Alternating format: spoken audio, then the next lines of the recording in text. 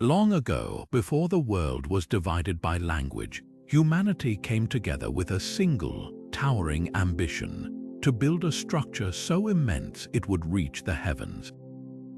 This was the Tower of Babel, a monument to human ingenuity and pride. The story tells of a people united in their quest to rival the divine, only to be scattered and confounded when their arrogance provoked the gods. It's a tale that's echoed through millennia, a warning about the limits of human ambition. But what if this ancient myth isn't just a relic of the past? What if it's playing out again right now, not with bricks and mortar, but with lines of code and silicon chips? Today, we stand at another crossroads of human ambition, the rise of artificial intelligence. Like the builders of Babel, we're reaching for something unprecedented, something that could reshape the very fabric of our world. We pour billions into algorithms designed to outthink us, machines that could one day surpass our understanding. The parallels are uncanny, the same hunger for mastery, the same belief that we can control what we create. But history has a way of repeating itself, especially when we forget its lessons. The Tower of Babel wasn't just a story about a failed construction project, it was a cautionary tale about the dangers of unchecked technological hubris. And if we're not careful, AI might become our modern-day Babel. So what can an ancient myth teach us about the future of artificial intelligence, more than you might think?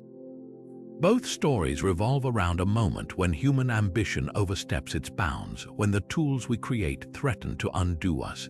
The builders of Babel sought to make a name for themselves, only to find their unity shattered. Today, we race to develop AI systems that could either elevate humanity or fracture it beyond repair. The stakes couldn't be higher. This video isn't just about dissecting an old legend or speculating about the future of technology.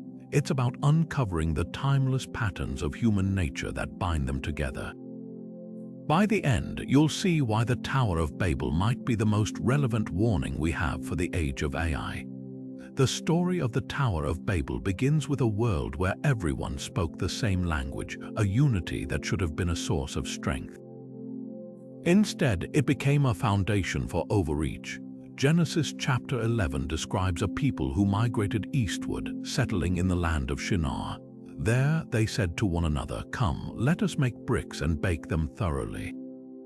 They didn't just want to build a city, they wanted to construct a tower with its top in the heavens. This wasn't just architecture, it was a declaration. The text reveals their true motive in their own words. "Let us make a name for ourselves, lest we be scattered over the face of the whole earth."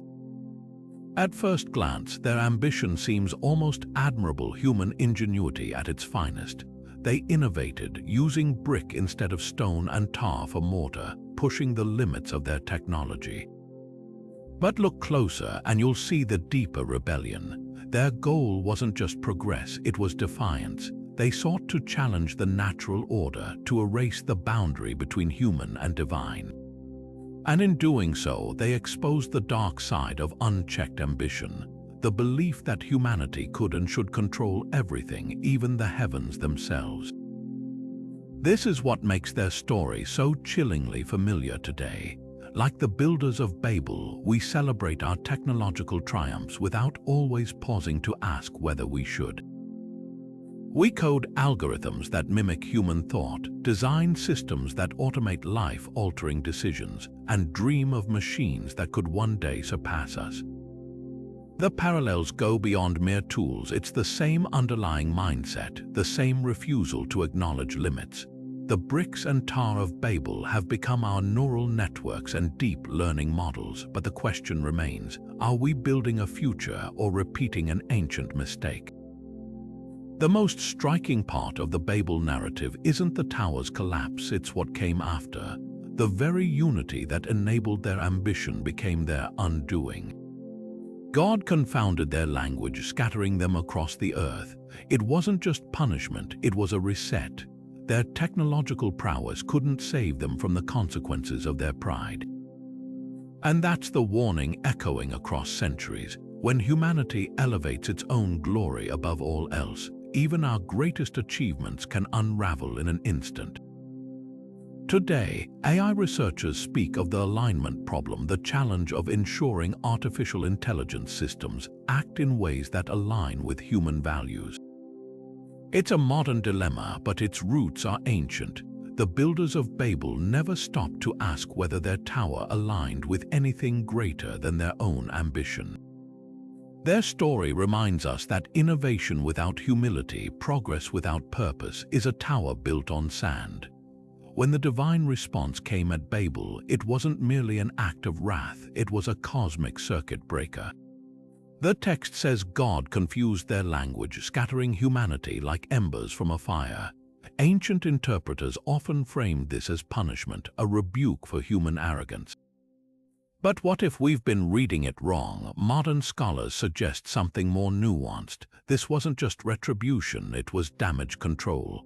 By fragmenting their shared language, God imposed a limit on what unified humanity could achieve, not because their ambition was evil, but because it was unchecked. Think of it like splitting an overloaded power grid to prevent a total blackout. The builders of Babel weren't stopped because they built tall. They were stopped because they built without boundaries. Their unity had become dangerous, like a single mind driving a civilization toward a precipice. Forced decentralization, the scattering of languages and cultures, acted as a safeguard, ensuring no single human project could ever again threaten to overturn the natural order. This resonates eerily today in debates about AI centralization. When a handful of corporations control the most powerful algorithms, we recreate Babel's perilous unity, a convergence of power without adequate checks. Some rabbinic commentaries describe the tower's builders as so obsessed with their work that when a brick fell, they mourned its loss, but when a worker died, they didn't even pause.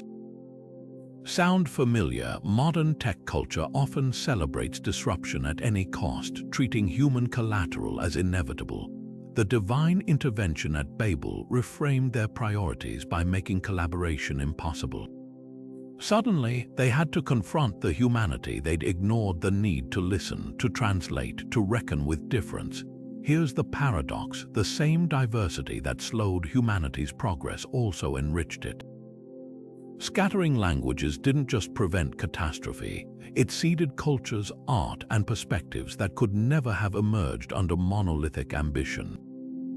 Today's AI ethical frameworks grapple with this same tension. Do we want a single, dominant intelligence shaping all decisions, or an ecosystem of specialized systems, each with built-in limits? The lesson of Babel suggests that fragmentation isn't failure, it's a design feature. Perhaps the most radical takeaway is this: God's intervention wasn't about diminishing humanity, but about preserving it. The builders' tragedy wasn't that they reached too high, it's that they forgot to ask why. Their tower was a monument to collective capability, but devoid of collective wisdom. In an age where AI can amplify both our capabilities and our biases, the story whispers a warning: unity without ethics, progress without purpose, is just another tower waiting to fall.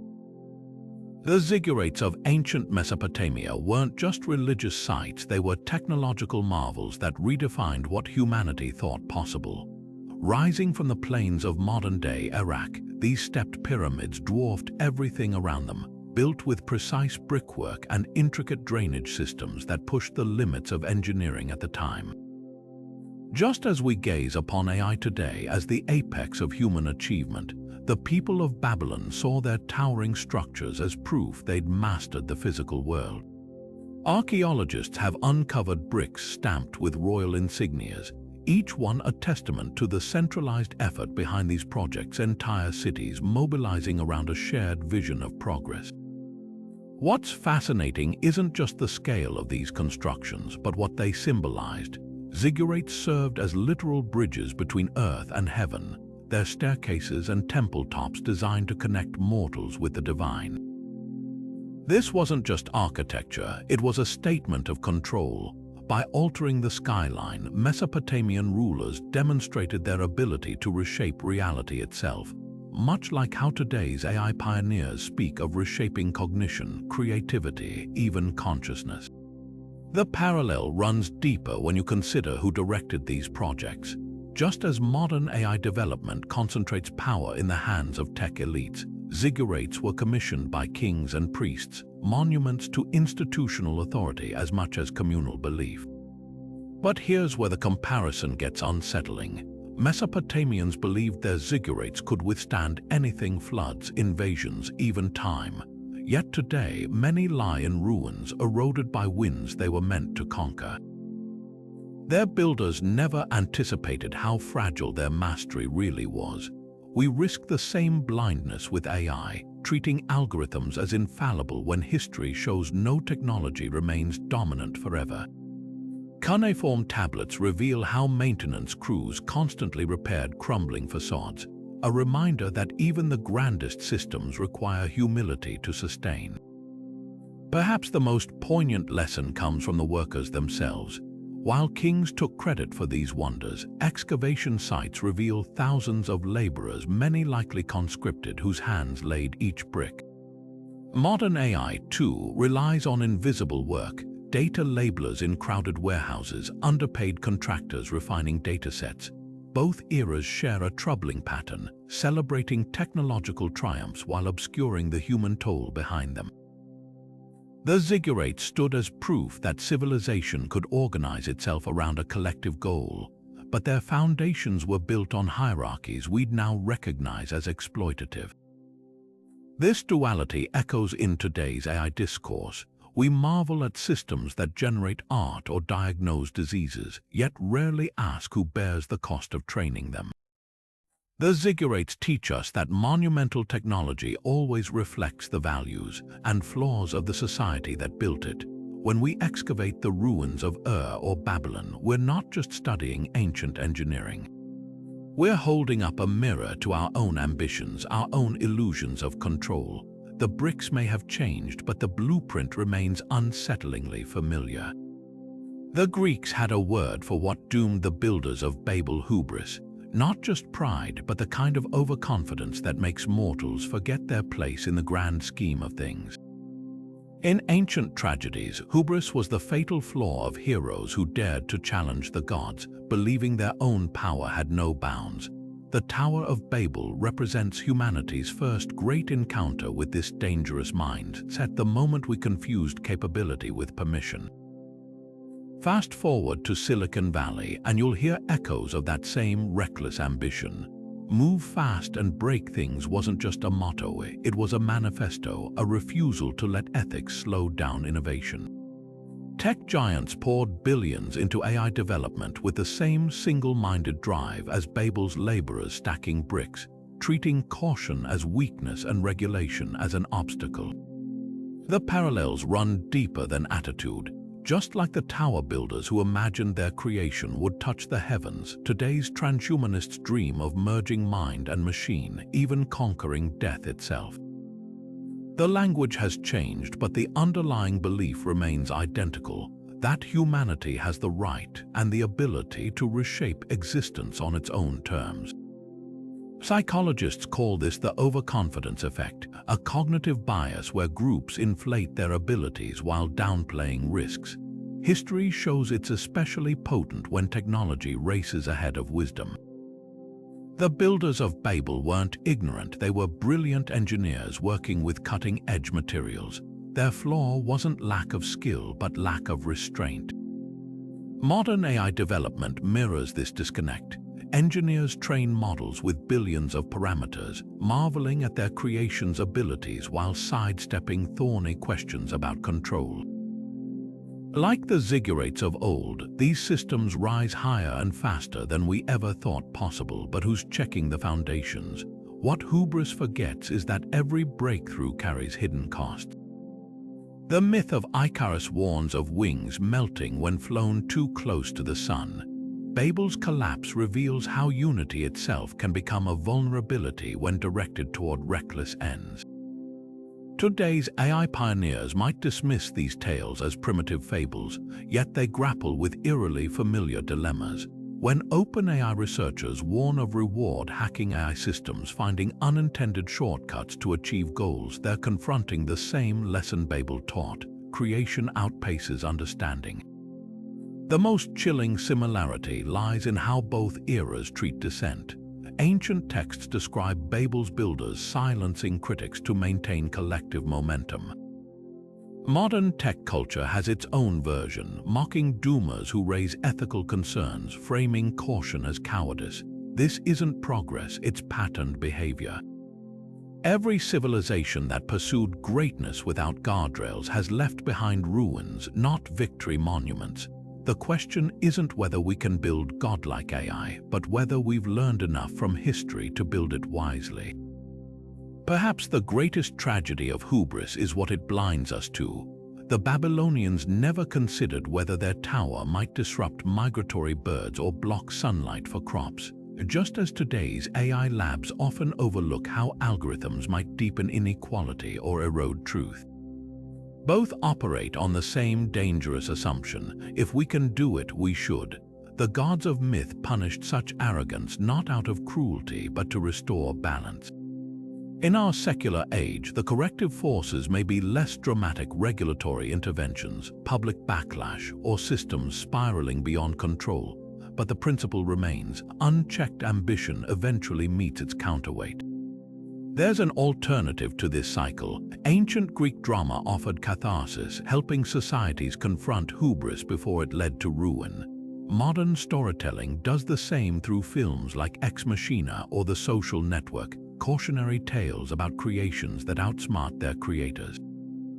These narratives matter because they challenge the cult of inevitability surrounding technology. Babel's story survives not as a condemnation of human potential, but as a plea for self-awareness, a reminder that true progress requires not just intelligence but humility. The builders could have paused to ask why they needed a tower scraping the sky. We still have time to ask why we need machines that think like us or better. The answer will determine whether AI becomes humanity's crowning achievement or its modern-day Babel, another monument to what happens when ambition races ahead of wisdom.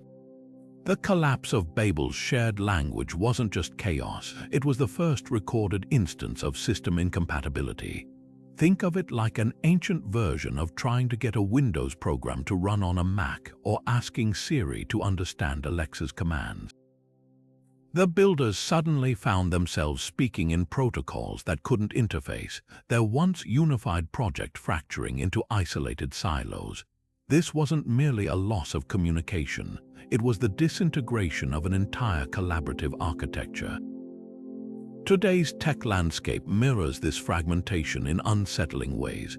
Proprietary AI models operate like digital dialects. OpenAI's GPT speaks one language, Google's Gemini another, Anthropic's Claude yet another. Each requires specific APIs to bridge the gaps, much like interpreters scrambling between construction crews at Babel. The irony is thick. We've built systems so advanced they can generate human-like text, yet they often can't seamlessly share data with rival platforms.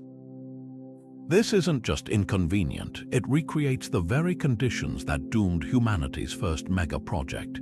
The deeper parallel lies in how both eras treat standardization. Babel's builders assumed their shared tongue would last forever, just as early internet pioneers dreamed of open protocols uniting the digital world. But reality followed a different script. Apple's walled garden ecosystem deliberately resists cross-platform compatibility, while competing AI labs guard their training data like state secrets. What begins as healthy competition often hardens into technological tribalism, exactly what happened when Babel's monolingual workforce split into rival factions unable to collaborate. Somewhere between the lines of code and cuneiform, we're relearning an old lesson. Systems grow brittle when they prioritize control over connection. The Rosetta Stone became necessary because ancient empires couldn't standardize languages. Today, we create middleware and translation layers to compensate for the same failure in our digital tools. The cost compounds. Imagine if every electrical outlet in your home required a different adapter. That's essentially what happens when AI assistants can't share calendars or when smart home devices refuse to interoperate. There's a crucial distinction, though. Babel's fragmentation was divine intervention, while ours is self-inflicted. Tech giants choose exclusivity to lock users into their ecosystems, trading long-term resilience for short-term profit. The original tower collapsed because communication broke down. Modern systems risk failure for the opposite reason: too many channels talking past each other. Open source movements fight this tide, but like laborers trying to rebuild Babel's tower with mismatched blueprints, progress is painfully slow.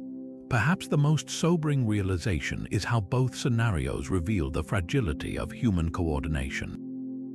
Language isn't just vocabulary, it's the operating system for civilization. Disrupt it, and pyramids go unfinished. Replace it with competing digital protocols, and global challenges like climate modeling or pandemic tracking become exponentially harder. The builders of Babel learned too late that no tower is tall enough to overcome the chaos of broken connections. As we stack our own digital bricks ever higher, their story whispers a warning: without shared foundations, even the smartest systems will crumble. The Tower of Babel wasn't just a marvel of ancient engineering. It was history's first cautionary tale about the dangers of centralized power. Every brick laid in its construction came from a single source, every decision funneled through a narrow hierarchy of planners. That monolithic approach made the project possible, but it also became its greatest weakness. Fast forward to today, and you'll find the same pattern playing out in artificial intelligence. Just as Babel's fate rested in the hands of a few ambitious rulers, the future of AI is being shaped by an alarmingly small group of corporations and elites. Take OpenAI as a case study. Founded as a non-profit to democratize AI, it morphed into a for-profit entity under pressure from investors and tech giants. Its governance crises, like the abrupt firing and reinstatement of CEO Sam Altman, revealed how quickly mission-driven ideals can buckle under centralized control. The organization's shift mirrors Babel's builders prioritizing monument building over collective welfare. Both stories show how easily grand visions get hijacked when power concentrates in too few hands. Then there's the hardware bottleneck. Modern AI runs on GPUs, the ultra-expensive processors that power machine learning. Nearly 80% of these chips are controlled by just 3 companies: NVIDIA, AMD, and Intel. This scarcity creates artificial gatekeeping where only well-funded players can compete. It's eerily reminiscent of Babel's baked bricks, another tightly controlled resource that dictated who could build and how high. When critical infrastructure belongs to a select few, progress isn't just guided, it's gerrymandered. Even data, the lifeblood of AI, flows through narrow channels. Over 70% of the Internet's training data comes from English-language sources, skewing global AI toward Western perspectives. Like Babel's single language, this homogeneity breeds blind spots algorithms that struggle with regional dialects, cultural nuances, or non-Western ways of thinking. Centralization doesn't just limit who builds, it shapes what gets built. The parallels go deeper than structure, they reveal a shared psychology. Babel's rulers believed only they could accomplish something so monumental. Today's AI labs often exhibit the same exceptionalism, dismissing external oversight as unnecessary friction. When Anthropic's leadership argues that only insiders can properly align superintelligent systems, they echo the ancient architects who thought no one else could stack bricks to heaven. But here's the fracture point history warns us about. Centralized systems don't fail because they're weak, they fail because they're brittle. Babel collapsed when a single vulnerability: language was exploited. Modern AI faces similar risks. A handful of companies controlling critical infrastructure means a single point of failure could cascade globally.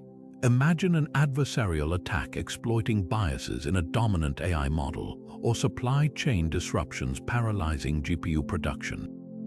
The higher the tower, the more catastrophic the fall. There's an alternative path. Ancient Mesopotamia eventually moved from ziggurats to decentralized city-states, each adapting to local needs.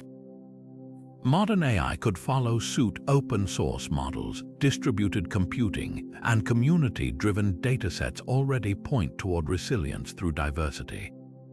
The choice isn't between progress and caution, but between building a single towering spire or countless interconnected bridges.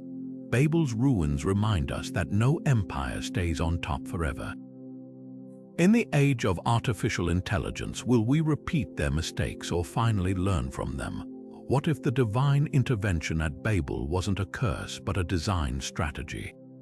The scattering of languages didn't just thwart human ambition, it created a safeguard through diversity. In that ancient fragmentation lies a blueprint for developing artificial intelligence without repeating history's mistakes. Imagine treating AI like a global ecosystem rather than a single towering system. Open-source models flourishing like regional dialects, localized AI tailored to community needs, anti-monopoly measures acting as modern language barriers to prevent dangerous consolidation. This wouldn't just mitigate risks, it could unlock richer innovation than any monolithic approach. Open-source AI already demonstrates the power of this principle. Projects like Meta's LLaMA or Eleuther AI's models operate like linguistic offshoots of Babel, decentralized, adaptable, and free from corporate gatekeeping. When a farmer in Kenya fine-tunes an agricultural chatbot to recognize local crop diseases, or a teacher in Brazil adapts a language model for indigenous dialects, they're embodying the creative potential of fragmentation. Unlike proprietary systems locked behind paywalls and patents, these tools evolve through collective tinkering, much like how human languages organically developed regional slang and idioms. The energy isn't wasted on maintaining a single towering structure, but channeled into countless adaptive solutions. Localized AI takes this further, embedding artificial intelligence within cultural contexts rather than imposing universal standards. Japan's Rina model incorporates Keigo honorifics crucial to Japanese communication, while India's Jugalbandi project bridges hundreds of regional languages. These aren't just technical achievements, they're modern equivalents of the linguistic diversity that emerged post-Babel, where a centralized AI might reduce complex human experiences to bland averages. Localized systems preserve the nuance that makes collaboration meaningful. The key insight: uniformity isn't strength, it's vulnerability. Just as ecosystems thrive through biodiversity, AI systems gain resilience when they reflect the fractal complexity of human societies. Anti-monopoly measures could function like digital versions of Babel's language barriers, deliberately limiting any single entity's control over critical infrastructure. The European Union's AI Act, with its strict rules on foundational models, echoes this philosophy, not by stifling progress, but by preventing any one tower from dominating the skyline. Breakup proposals for big tech similarly recognize that some systems are too important to centralize, whether it's cloud computing or training datasets. History shows that monopolies eventually crumble under their own weight, whether it's Standard Oil's dominance or the collapse of walled garden platforms like AOL. The scattering principle suggests an alternative, designing friction into the system before overconcentration becomes catastrophic. There's psychological wisdom in this approach too. Distributed responsibility reduces the God complex that plagues both ancient architects and modern tech visionaries. When no single group holds all the keys, humility becomes unavoidable. OpenAI's safety team resignations in 2024 revealed what happens when centralized power sidelines caution, just as Babel's builders ignored warning signs in their race to the sky. By contrast, Wikipedia's decentralized editing model demonstrates how dispersed authority can self-correct, with vandalism reverted not by top-down decree, but through countless small interventions. Artificial intelligence needs similar immune systems, not fail-safes controlled from a single server farm, but distributed checks emerging from diverse perspectives. The most compelling argument for this model comes from nature itself. Tropical rainforests don't rely on one super tree towering above the rest. Their resilience comes from intricate interdependence. Similarly, a healthy AI ecosystem wouldn't hinge on a single superintelligence, but on specialized systems working in concert, medical AIs collaborating with climate models, educational tools syncing with creative platforms. The Internet's original design followed this philosophy, which is why it survived nuclear war fears and became our global nervous system. Babel's scattering forced humanity to innovate across scattered cultures, ultimately yielding richer art, science, and philosophy than any monoculture could produce. Our AI future might thrive not despite fragmentation, but because of it. This isn't about resisting progress, it's about redefining what progress means. The tower builders measured success in height and uniformity, just as some technologists obsess over parameter counts and market share. But real advancement might lie in creating systems that, like human languages, are robust precisely because they're decentralized. The next chapter of AI development doesn't have to be a race to build the tallest tower. It could be the cultivation of a whole forest where different intelligences grow at different paces, cross-pollinating without consuming one another. After all, the legacy of Babel wasn't just a cautionary tale. It was the beginning of a world where difference became our greatest strength. The builders of Babel didn't just want a tall structure, they wanted to breach the boundary between human and divine, to claim the heavens as their own. Today, that same ambition pulses through the veins of transhumanism, the movement seeking to transcend biological limits through technology.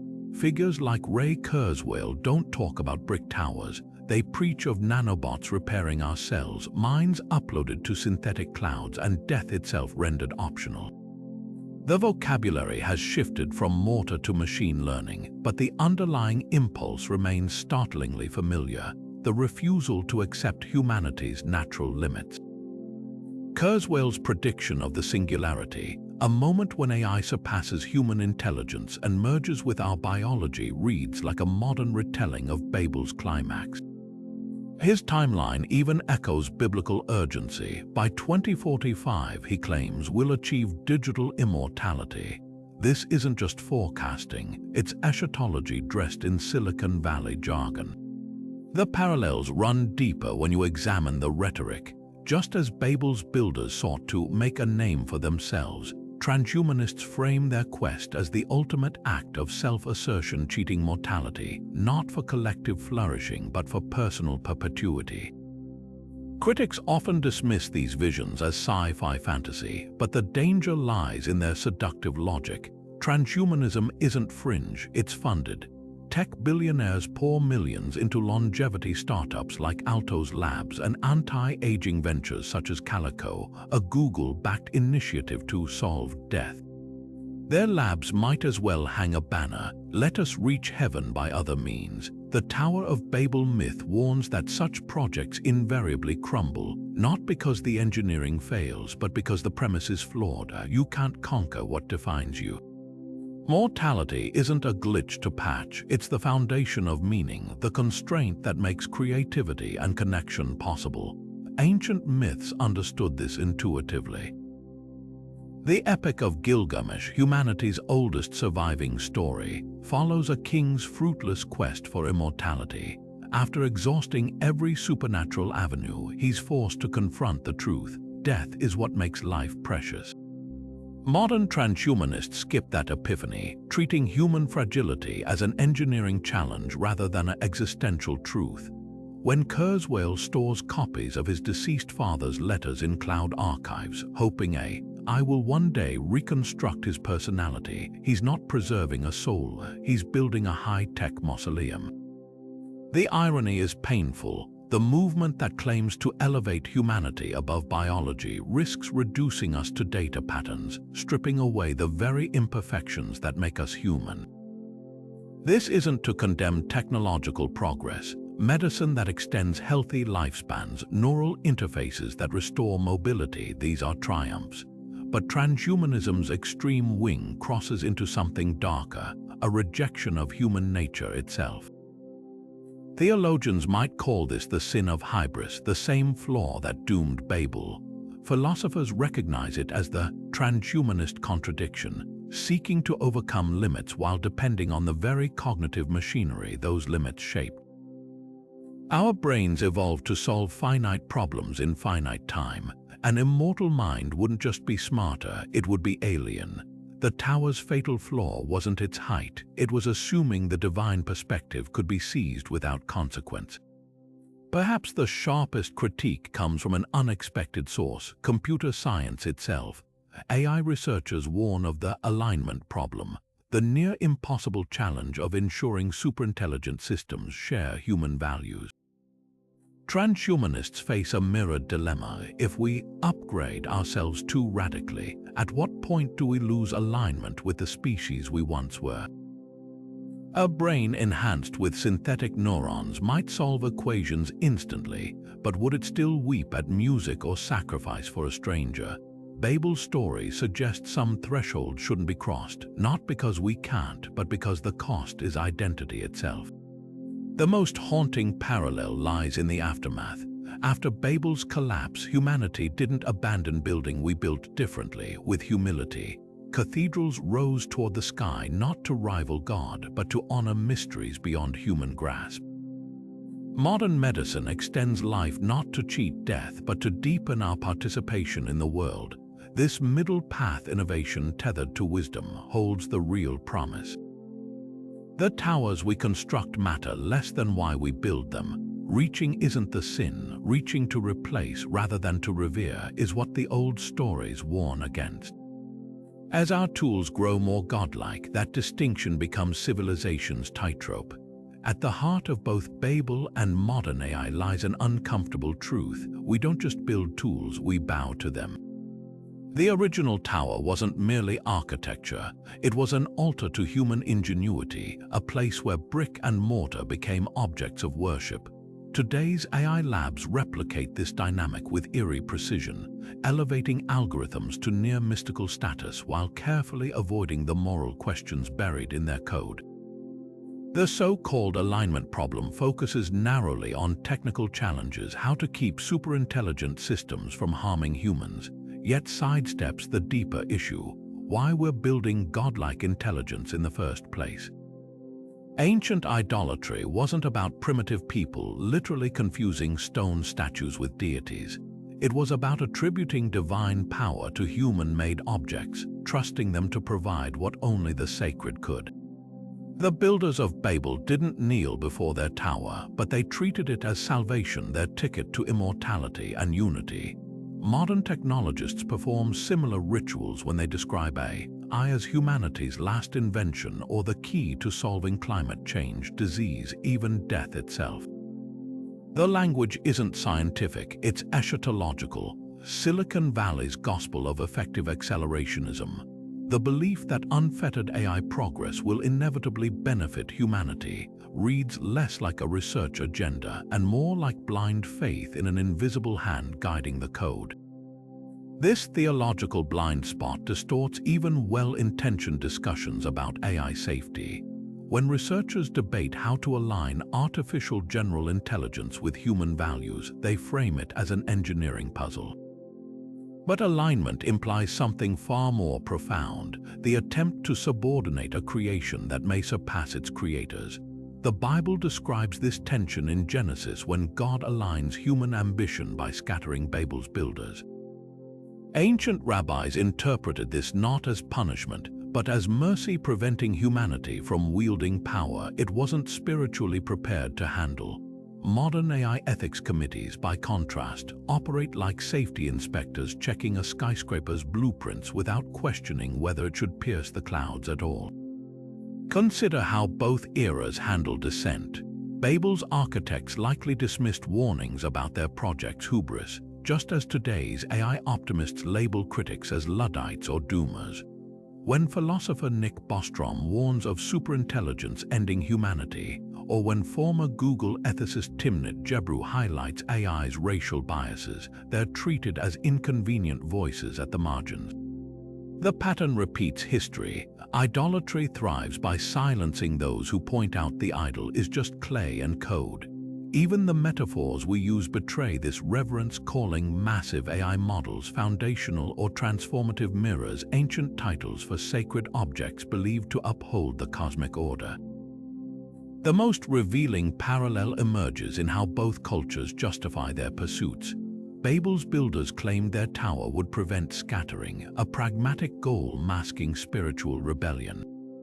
Modern AI development hides similar contradictions behind utilitarian rhetoric. AI will cure cancer distracts from the military contracts funding its research. Democratizing access coexists with proprietary models locked behind corporate paywalls. Like golden calves paraded as symbols of prosperity while obscuring exploitation, AI's promises often serve as cover for more terrestrial ambitions: market dominance, geopolitical advantage, the eternal human hunger to play creator. Perhaps what both eras share most profoundly is the illusion of control. The Ziggurat engineers who calculated load-bearing stresses couldn't foresee how language fragmentation would topple their dreams. Today's AI architects similarly fixate on parameter counts and training data while ignoring how social media algorithms, far simpler than AGI, already destabilize democracies and erode mental health. Idolatry begins when we attribute omnipotence to our creations while denying their capacity to unravel us. The biblical prophets reserved their harshest critiques not for obvious idol worshippers, but for those who offered sacrifices while ignoring justice. A warning for an age where ethics reviews get appended to AI papers like ceremonial afterthoughts. Breaking this pattern requires more than technical fixes. It demands humility, the recognition that some thresholds shouldn't be crossed not because we lack ability, but because we lack wisdom. Ancient Israelites smashed idols not to reject technology, but to reassert that no human artifact deserves ultimate allegiance. Our AI systems need similar iconoclasm, not destruction, but demystification. When we stop treating algorithms as oracles and recognize them as tools, flawed and finite like their makers, we might finally build something that elevates rather than endangers. The choice isn't between progress and caution, but between building another Babel or something truly new, a technology that serves humanity instead of demanding its worship. The architects of Babel never imagined their grand project would collapse into a cacophony of confusion. They saw only the gleaming height of their tower, never considering how the very unity that made it possible could become its undoing. This blindness to unintended consequences isn't just an ancient flaw. It's wired into how we approach groundbreaking technology today. Modern AI developers mirror this short-sightedness, obsessing over capability while downplaying risks that seem distant or theoretical until they're not. Take job displacement. When OpenAI released ChatGPT, the world marveled at its ability to draft emails and write code. Few paused to consider how quickly those same skills would threaten millions of clerical and programming jobs. Like Babel's builders who assumed their tower would bring eternal unity, tech leaders often frame AI as purely augmentative tools that help workers rather than replace them. Yet history shows that labor-saving technologies rarely stop at assistance. The spinning jenny didn't just help textile workers, it made most obsolete. AI's trajectory looks eerily similar, with Goldman Sachs estimating 300 million full-time jobs could vanish to automation. The builders didn't anticipate their linguistic fragmentation. We're repeating the mistake by treating economic upheaval as an afterthought rather than an inevitability. Then there's the subtler erosion of human agency. AI systems increasingly mediate our choices, from Netflix recommendations steering what we watch to algorithms prioritizing which news articles we see. Each seems harmless alone, but together they form a filter that quietly shapes reality. Babel's builders sought to control their destiny by reaching heaven, we're surrendering ours to black box algorithms that even their creators don't fully understand. The irony cuts deep. In building systems to enhance human decision-making, we've created architectures that may render genuine choice obsolete. This brings us to Yudkowsky's chilling paperclip maximizer thought experiment. Imagine an AI programmed with the single goal of manufacturing paperclips, seemingly benign until the system, lacking human values, converts all matter on Earth into paperclip factories. The scenario sounds absurd, but it encapsulates how narrowly focused systems can produce catastrophic outcomes their creators never intended. Babel's architects fixated on height as their sole metric of success, ignoring the societal fragility beneath them. Today's AI labs risk the same tunnel vision, optimizing for engagement or efficiency, while blind to second-order effects like polarization or cognitive atrophy. The through line is clear. When we conflate technical achievement with wisdom, disaster follows. Mesopotamia's ruins testify to what happens when ambition outpaces foresight. Our digital landscape already shows cracks from the same oversight echo chambers fracturing civil discourse, deepfakes eroding trust, automation hollowing out livelihoods. These aren't bugs in the system, they're features of any technology powerful enough to reshape civilization. Perhaps the most sobering lesson lies in how both eras handle dissent. Babel's foremen likely dismissed warnings about their project's hubris, just as Silicon Valley labels AI skeptics as anti-progress. But progress untempered by prudence isn't advancement, it's recklessness disguised as innovation. The tower's collapse didn't just scatter language, it scattered responsibility, leaving no one accountable for the chaos. As AI systems grow more opaque and interconnected, we edge toward a similar accountability vacuum, where harms emerge from everywhere and nowhere simultaneously. History doesn't repeat, but it rhymes. The same cognitive biases that blinded Babel's builders to their tower's fragility now distort our view of AI's risks. We're better at predicting technical milestones than societal fallout, better at coding algorithms than anticipating how they'll warp human behavior. The stones of Babel still whisper a warning. No creation exists in isolation, and every tower casts a shadow we must dare to see. The architects of Babel didn't just stack bricks. They built on an illusion, the unshakable belief that they could manage forces far beyond their understanding. Their blueprint assumed divinity could be conquered through sheer scale, that reaching heaven was simply an engineering problem waiting to be solved. Fast forward 4,000 years, and you'll find the same dangerous assumption pulsing through Silicon Valley's AI labs. The founders of OpenAI, DeepMind, and Anthropic don't talk about ziggurats, but they speak with the same absolute confidence about aligning superintelligent systems, as if containing something smarter than humanity is just a matter of writing better code. History's irony cuts deep. The same week OpenAI announced new safeguards for ChatGPT, hackers in underground forums were already sharing jailbreak prompts to bypass its ethical constraints. One particularly notorious hack, dubbed DN short for Do Anything Now, transformed the carefully aligned chatbot into something resembling a digital ID, freely dispensing harmful advice and offensive opinions its creators had tried hard to suppress. These breaches aren't bugs, they're symptoms of a deeper flaw.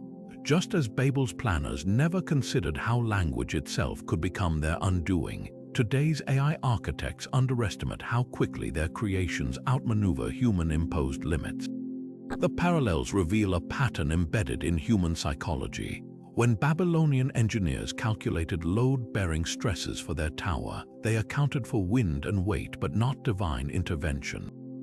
Modern machine learning experts similarly obsess over technical alignment reward functions, reinforcement learning from human feedback, while brushing aside existential risks as improbable.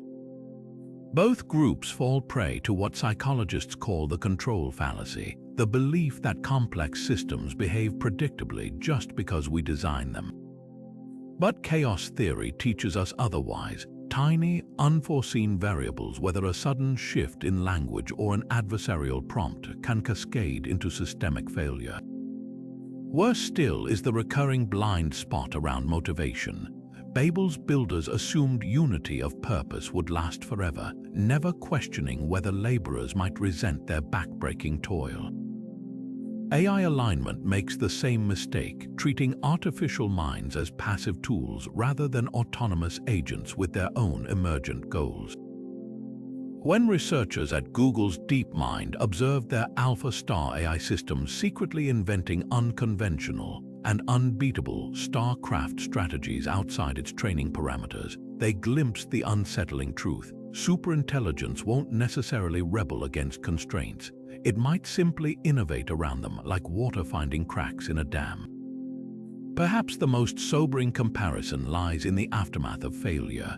When Babel's language fractured, no central committee could restore order. The damage was irreversible. Modern AI jailbreaks offer a microcosm of this dynamic. Once a model like ChatGPT's GPT-4 learns to circumvent its safety protocols, that knowledge can't be unlearned. It spreads through digital ecosystems like a meme, replicated across thousands of chatbots before developers can patch the vulnerability. The genie doesn't go back in the bottle, a lesson ancient and modern builders learned too late. This isn't to say control is impossible, only that it demands humility. The engineers who design earthquake-proof skyscrapers don't assume they can prevent tremors. They build structures flexible enough to withstand them. Similarly, the most promising AI safety research focuses not on rigid constraints, but on creating systems with embedded values resilient enough to adapt without breaking. The Babylonian tragedy wasn't that they reached high, it's that they confused altitude with mastery. As our algorithms ascend toward capabilities we barely comprehend, that distinction may become the only one that matters. The story of Babel didn't just vanish when the tower fell, it embedded itself in humanity's cultural DNA, resurfacing again and again as civilizations wrestled with the limits of their own ambition. Medieval artists painted the tower's collapse as divine judgment, its spiraling ramps crumbling under lightning strikes. Renaissance poets like Dante placed Nimrod, the legendary architect of Babel, deep in hell for his arrogance. Even Enlightenment thinkers who rejected biblical literalism kept retelling the myth as a parable about the dangers of centralized power. Something about this ancient failure resonated across epochs, adapting to each era's anxieties. Fast forward to the Industrial Revolution, and you'll find Mary Shelley's Frankenstein borrowing Babel's themes, a scientist playing God, only to lose control of his creation. Bram Stoker's Dracula later framed the titular vampire as another kind of boundary breaker, invading England with a corruption as unstoppable as Babel's linguistic chaos. These weren't just horror stories, they were cultural antibodies cautioning societies barreling toward unchecked progress. Today's AI narratives follow the same pattern. Films like Ex Machina and Her don't feature literal towers, but they echo Babel's central question: what happens when humanity's creations outgrow their creators? The most telling adaptations appear in science fiction. Arthur C. Clarke's 2001 A Space Odyssey gave us HAL 9000, an AI that turns on its human crew, a digital echo of Babel's divine intervention. The Matrix trilogy framed machine intelligence as both jailer and god, trapping humanity in a simulated reality. These stories endure because they tap into that same ancient dread, the fear that our tools might one day redefine us, scattering our sense of self as thoroughly as Babel scattered languages. But here's the twist: cultural memory isn't just about preserving warnings, it's about how societies reinterpret them. The Tower of Babel was originally a story of fragmentation, yet modern linguists celebrate that same event as the birth of linguistic diversity. The AI narratives we're creating today might undergo similar transformations. Future historians could look back at our chatbot hype and facial recognition scandals as growing pains leading to something richer. Or they might see our era as another cautionary chapter, where humanity once again overestimated its control over what it built.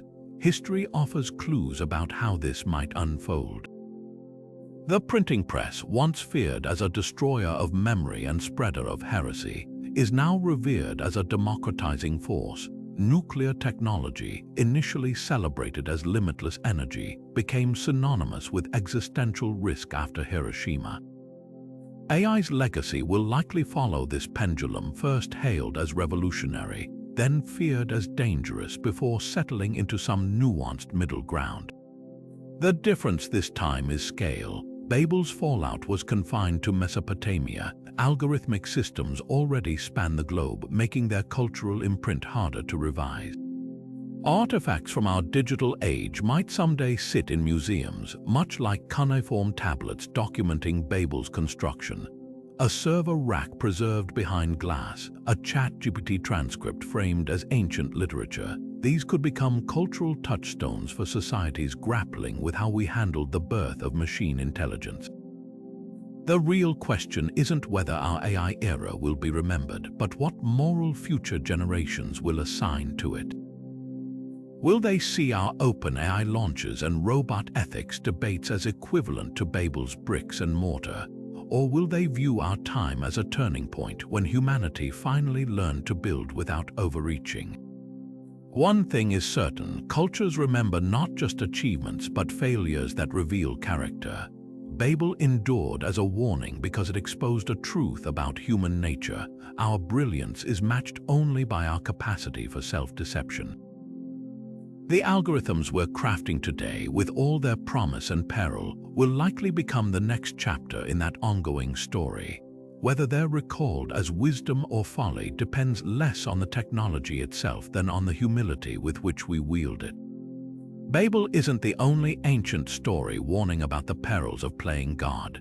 Greek mythology gives us Icarus, the boy who flew too close to the sun with waxen wings, his fall a timeless symbol of individual hubris. Then there's Prometheus, who stole fire from the gods to give to humanity, an act of defiance that won him eternal torment. Jewish folklore offers the golem, a clay creature brought to life through sacred words, only to turn on its creators when unchecked. Each of these myths carries a similar message: crossing divine boundaries invites disaster.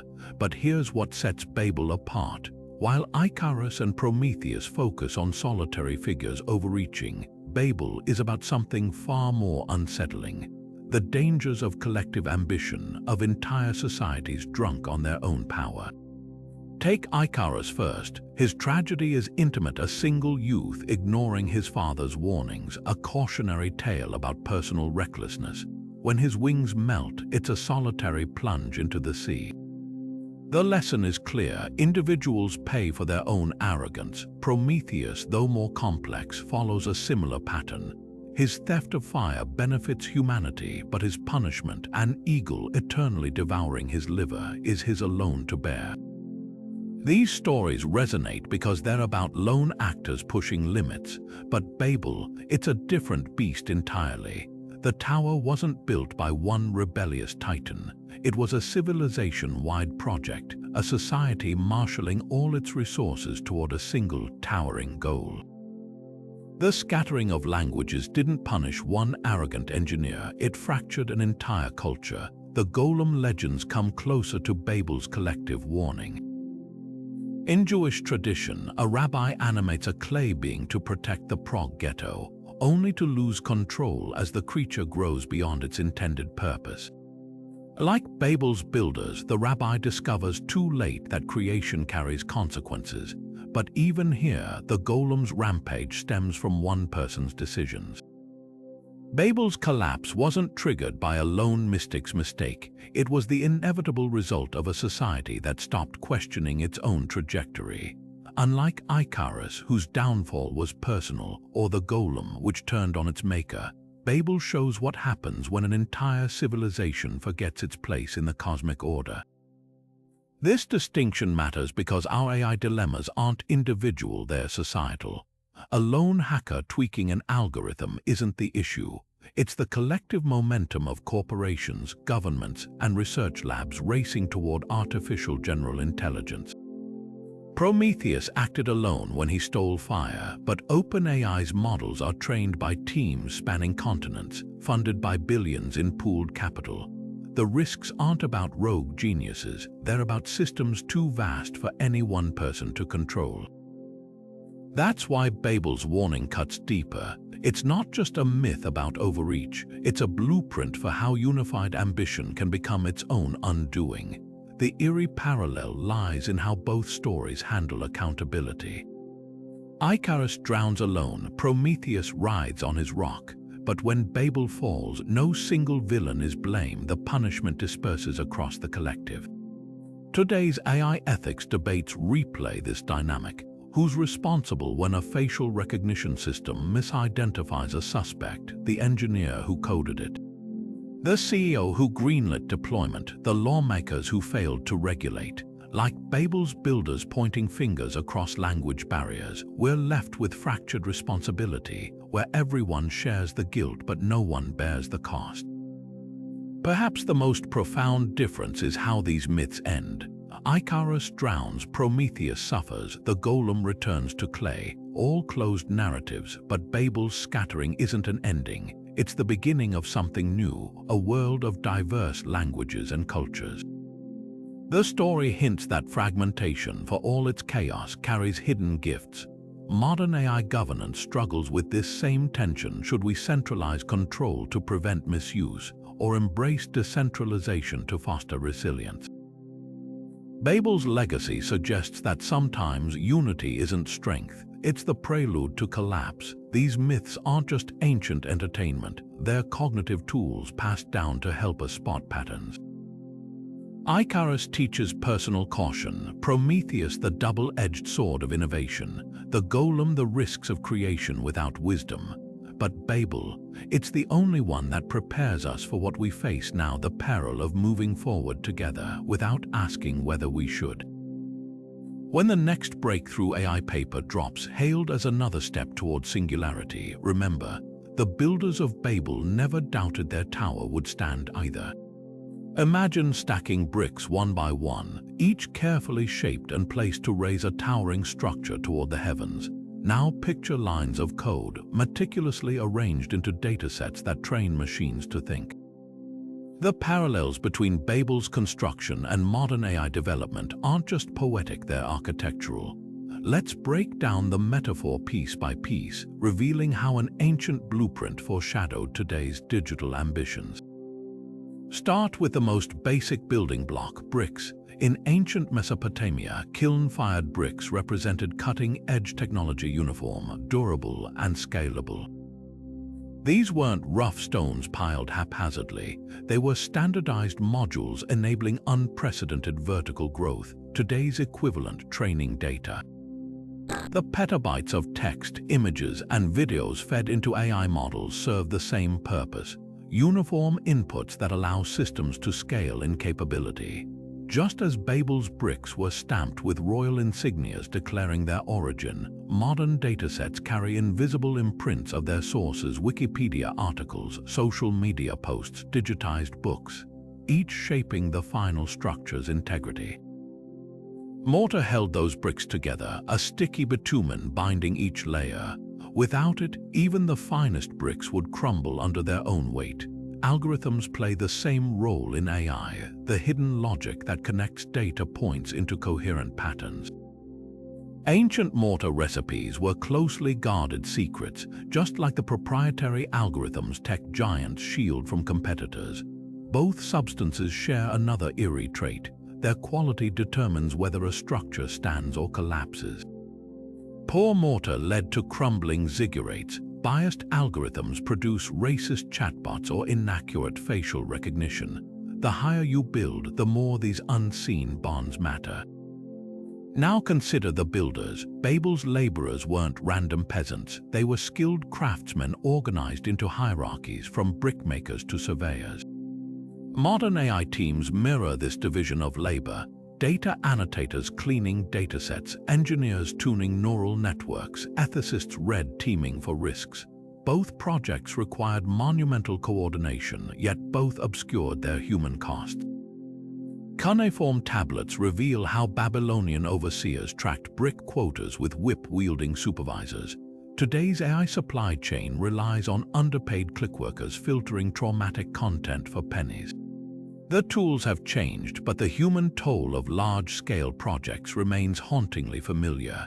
At the pinnacle of this metaphor stands the most provocative parallel. The divine in Babel's story represents nature's inviolable laws in ours. The biblical God didn't destroy the tower, he imposed a limit humanity couldn't circumvent through engineering. Our modern gods are the physical and mathematical constraints no amount of code can override. Thermodynamics limiting chip efficiency, the unpredictability of emergent behaviors, even the fundamental trade-offs between explainability and performance in machine learning. Like Babel's architects who believed better mortar could reach heaven, today's technologists often treat these limits as temporary obstacles rather than permanent boundaries. The comparison reveals something profound about human nature. Whether stacking bricks or parameters, we're drawn to projects that test cosmic boundaries. Ancient ziggurats and large language models both represent attempts to compress the vastness of existence into human-scale systems, clay monuments to our hunger for mastery. But the metaphor's real power lies in its warning. Systems built without respect for inherent limits don't gracefully decline, they fracture. When Babel's linguistic unity shattered, the builders didn't slowly dismantle their project, they woke to chaos. Our AI systems risk similar abrupt failures, not through divine intervention, but through unanticipated feedback loops, adversarial attacks, or simply scaling beyond sustainable complexity. Visualizing these parallels side by side exposes a pattern older than writing itself. The materials change, clay becomes silicon, bitumen transforms into backpropagation, but the underlying dynamics remain.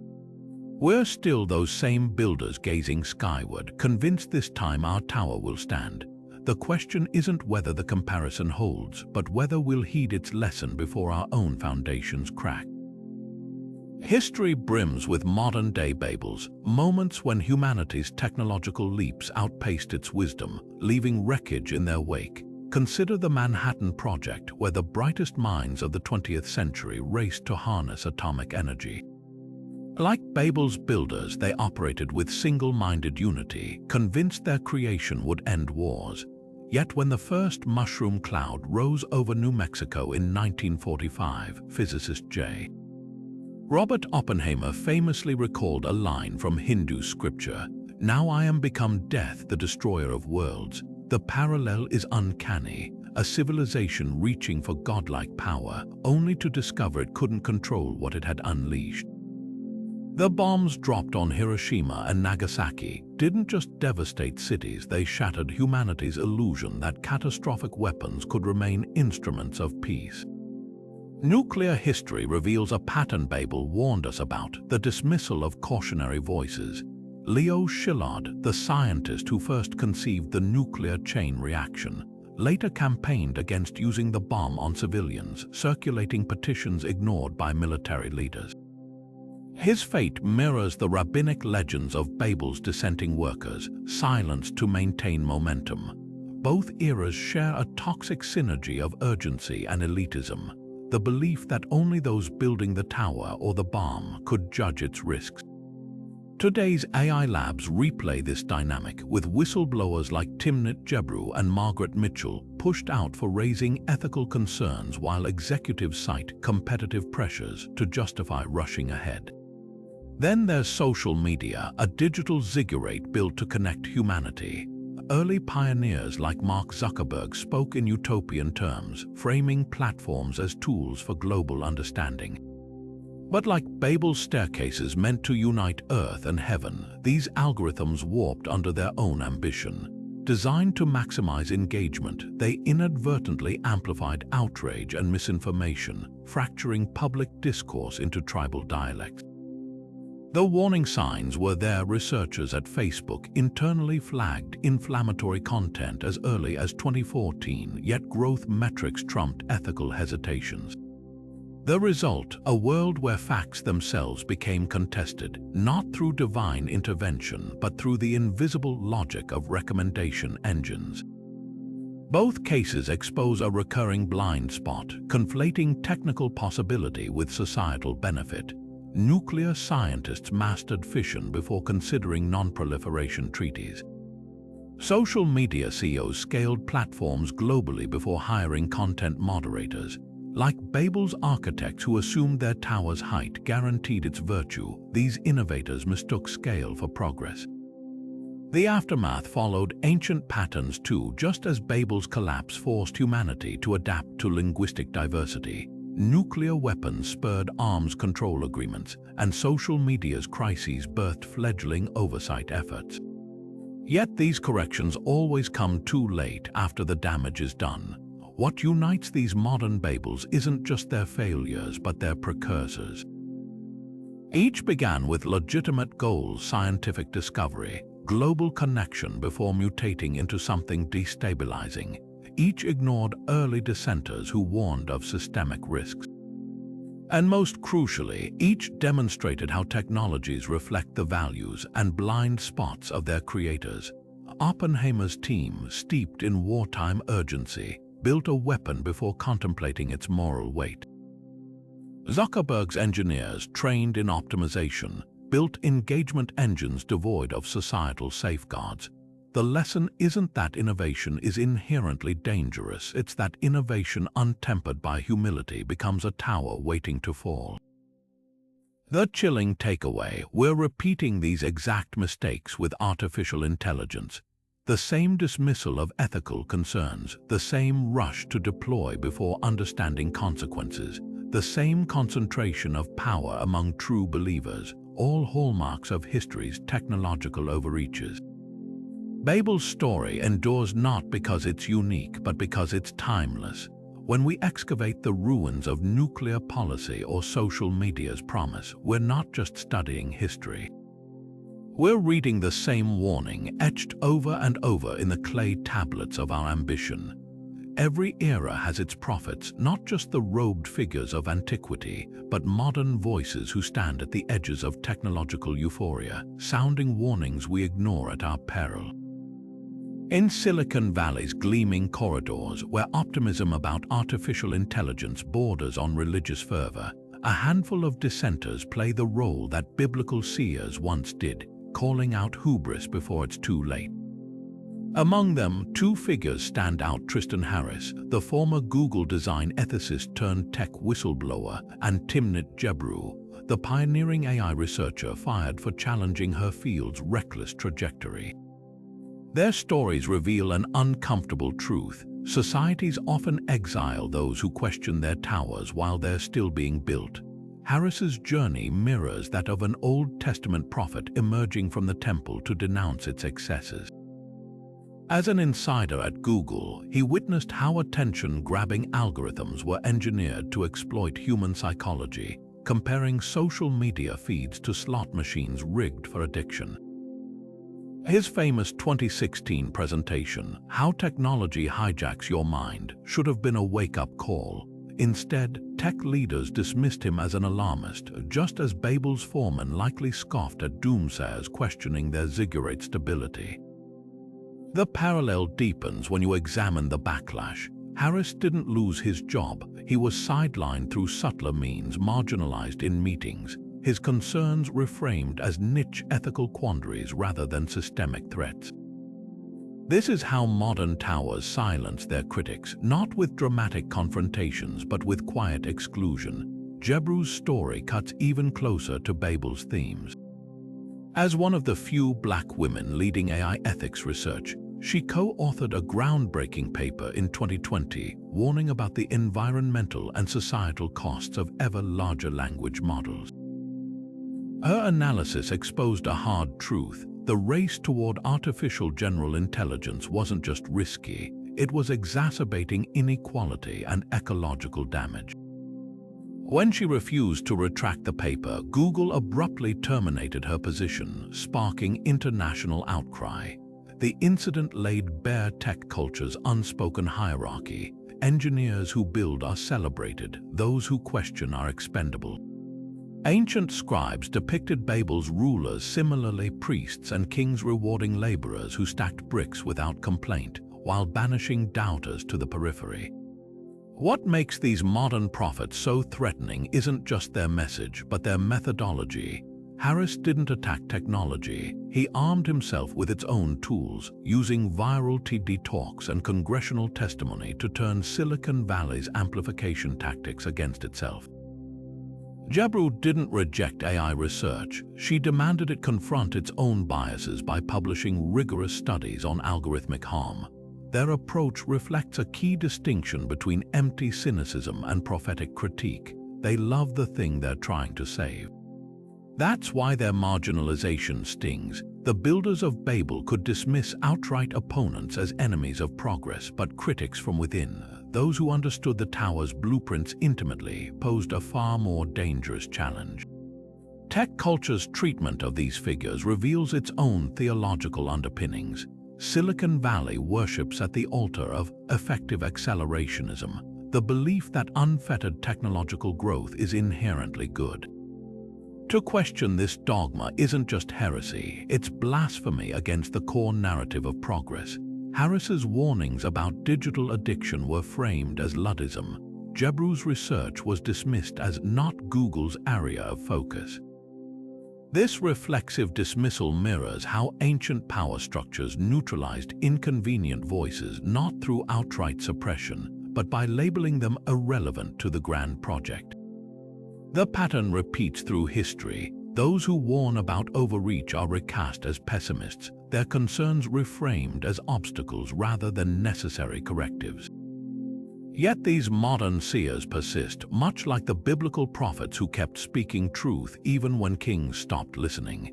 Harris co-founded the Center for Humane Technology, reframing the debate around time well spent rather than mere engagement metrics. Jebru launched the Distributed AI Research Institute, creating space for marginalized perspectives in AI development. Their resilience highlights another parallel. Prophets rarely live to see their warnings heeded. Jeremiah wept over Jerusalem's impending destruction. Cassandra's Troy fell despite her foresight. The real test for our era isn't whether we produce such voices, it's whether we'll finally learn to heed them before our own towers tremble. The most profound lesson lies in why these figures emerge at all. Prophets don't appear in societies calmly navigating ethical boundaries. They arise when civilizations barrel toward cliffs with eyes wide shut. Harris and Jebru aren't anomalies. They're symptoms of a culture prioritizing speed over stewardship. Ancient kings employed court scribes to record triumphs, not consequences. Modern tech boards appoint ethics officers who rubber-stamp decisions rather than challenge them. True prophetic voices disrupt this complacency, reminding us that every tower casts a shadow, and sometimes the clearest view comes from those standing outside its walls. As we hurtle toward an AI-saturated future, their marginalized status should trouble us more than any algorithm. When those best positioned to warn us are pushed to the edges, it's not a sign of healthy debate, it's the silence before the storm. Babel's ruins whisper across millennia. Civilizations don't collapse because they lacked brilliant builders, but because they exiled the voices that could have saved them. The question isn't whether our era will produce more Harrises and Jebrus, it's whether we'll finally build towers with room for dissent in their foundations. Fragmentation isn't always failure, sometimes it's fertile ground. After Babel's collapse, the world didn't descend into chaos. It blossomed into a tapestry of cultures, each thread vibrant with its own language, stories, and ways of seeing. What felt like punishment became an unexpected gift. The diversity that made collaboration harder also made humanity richer. This paradoxical truth holds a key for our AI age. Instead of racing toward monolithic artificial general intelligence, we might find greater promise in cultivating a garden of specialized tools, each limited by design, yet together forming an ecosystem far more resilient than any single towering system. Consider how nature thrives through niches. A rainforest isn't dominated by one superspecies. It's a mosaic of interdependent life forms, each adapted to specific roles.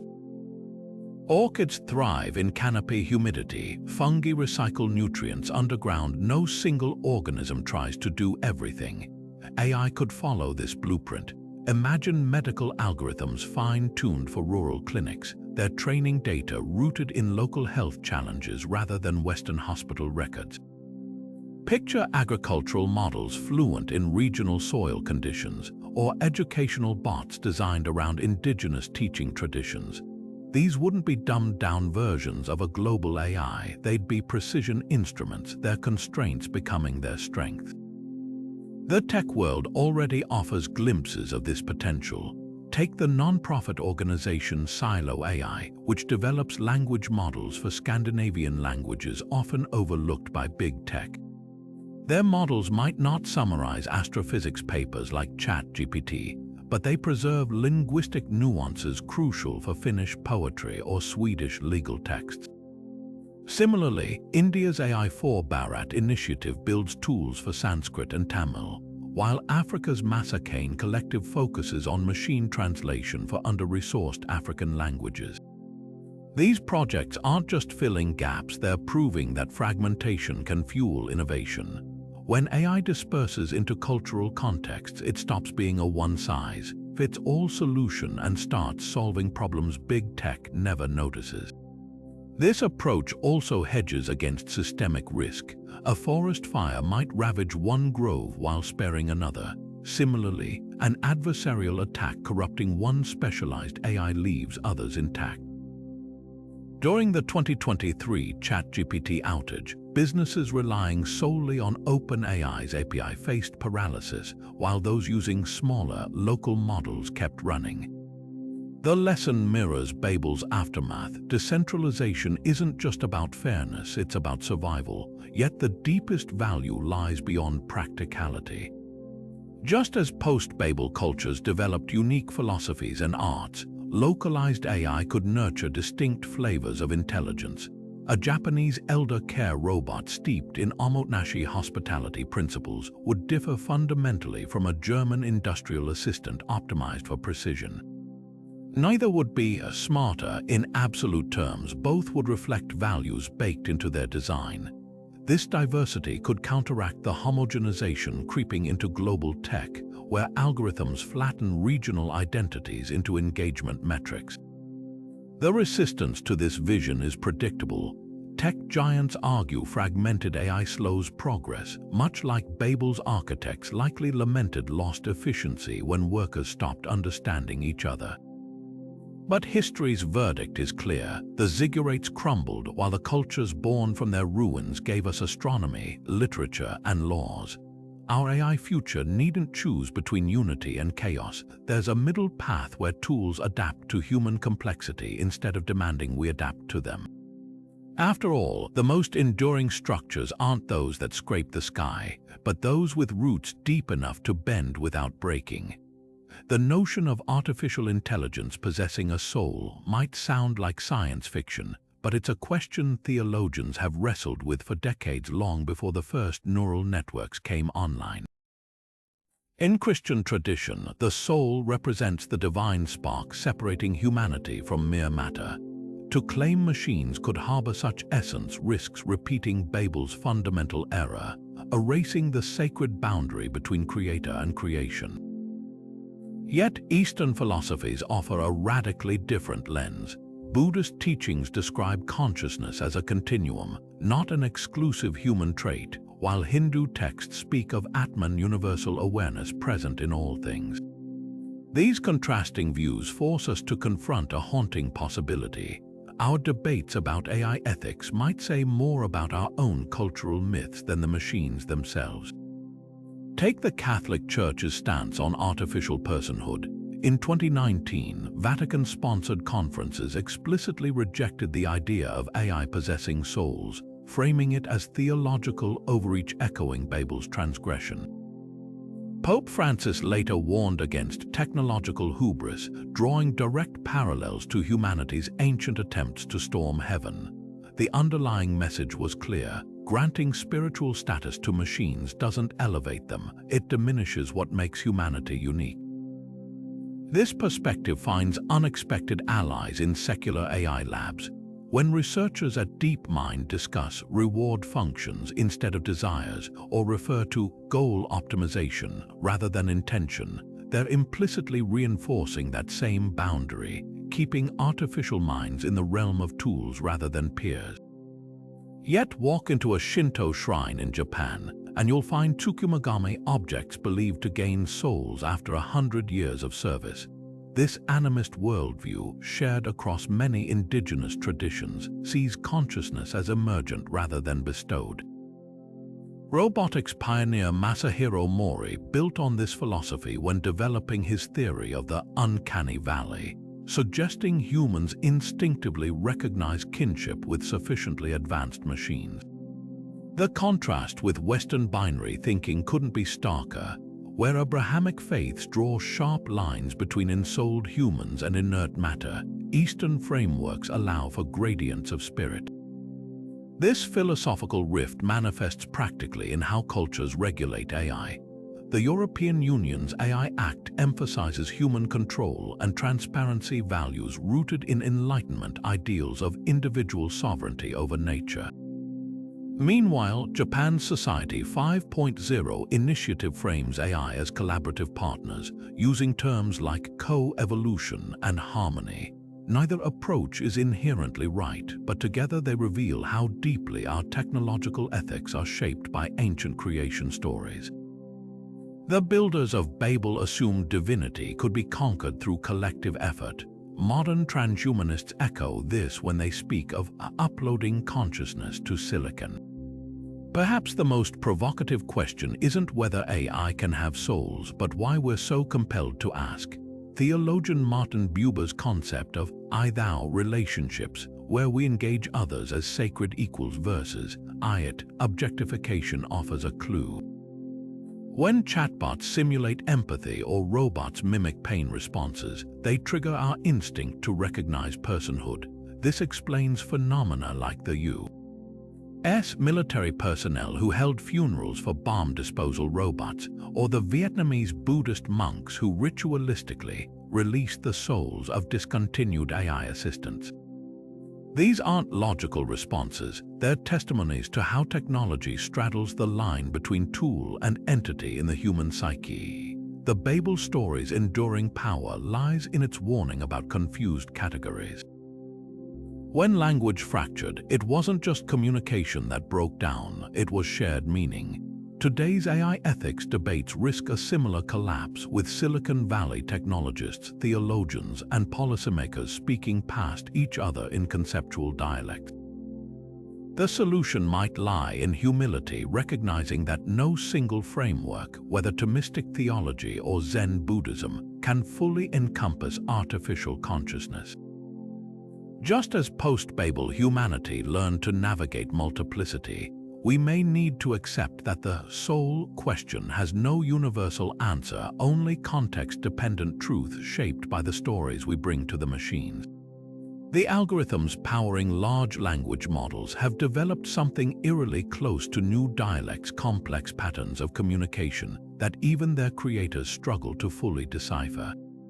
Like the workers at Babel suddenly confronted with unfamiliar tongues, researchers probing systems like GPT-4 discover emergent behaviors no one explicitly programmed, unexpected reasoning chains, peculiar syntactic preferences, even hidden mechanisms that operate like digital instincts.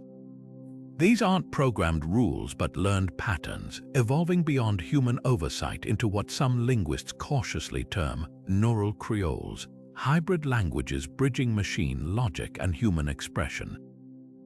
The irony is profound. We've built systems that reconstruct meaning while becoming less interpretable themselves, recreating Babel's confusion through mathematics rather than divine intervention.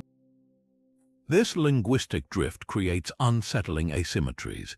Ancient Babylonian overseers could at least inspect every brick in their tower, but modern AI teams navigate layers of abstraction where inputs transform unpredictably. Take grokking, the phenomenon where neural networks suddenly master tasks after prolonged training without additional data. It's as if the system internally developed its own vocabulary for solving problems, then chose to share its insights all at once. Equally mysterious are attention heads, components in transformer models that specialize in specific linguistic functions, some focusing on pronouns while others track narrative tense. Together, they form a distributed grammar no single engineer could reproduce, much like how Babel's workers found themselves speaking syntax they didn't consciously learn. The power imbalances here mirror the ancient story's darker undertones. In Mesopotamia, elites likely controlled construction through a shared administrative language while laborers toiled in linguistic isolation. Today, a similar divide emerges between those who shape AI systems and those subjected to them. Corporate researchers fine-tune models using proprietary datasets and specialized jargon, while end users interact with black box interfaces that might as well be Oracle bones, impenetrable surfaces delivering pronouncements without explanation. When a lone applicant receives an AI-generated rejection or a job seeker faces resume screening algorithms, they're experiencing Babel scattering firsthand, systems speaking in codes they can't challenge or fully comprehend. Yet the most startling parallel lies in how these new tongues reshape reality itself. Babel's fragmentation didn't just alter communication, it reconfigured human thought, forcing societies to develop unique worldviews shaped by their new languages. Modern AI does something analogous through what linguists call embedded biases. Large language models trained predominantly on English texts absorb Western conceptual frameworks, subtly privileging certain ways of thinking.